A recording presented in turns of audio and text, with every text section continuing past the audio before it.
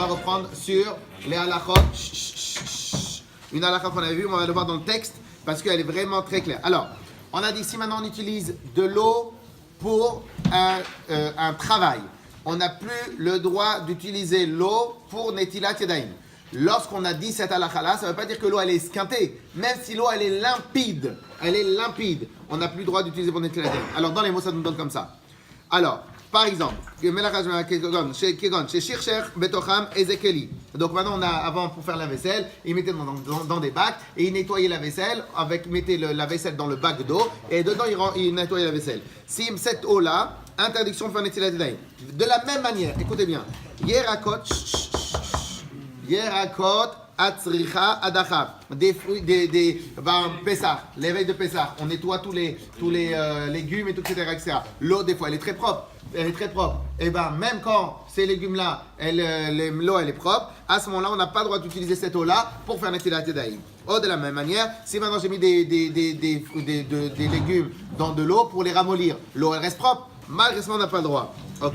De la même manière, si maintenant, des fois, quand ils avaient des ustensiles qui pouvaient s'esquinter sous le soleil, ils les mettaient dans l'eau pour les calmer, pour les refroidir. Là aussi, c'est interdit, pourtant, l'eau, elle est propre. Ok?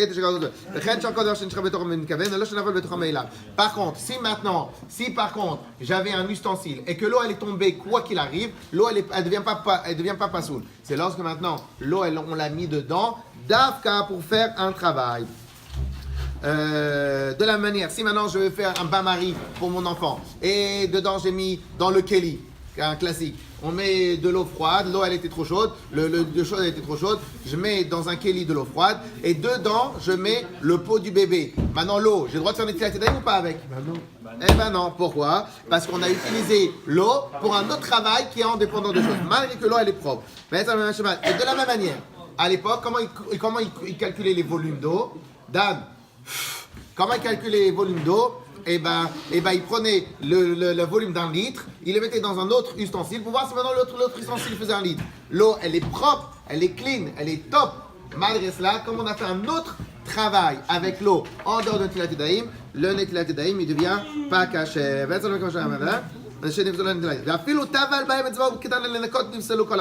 De la manière, si maintenant j'ai un keli, alors ça peut être un classique, un très grand classique. J'ai le keli que j'ai rempli de l'eau.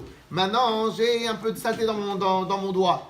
Alors, qu'est-ce qui se passe? Je le trempe mon doigt dans le keli pour nettoyer un peu comme ça. Et après, je vais faire Netilat Yadayim avec Makara.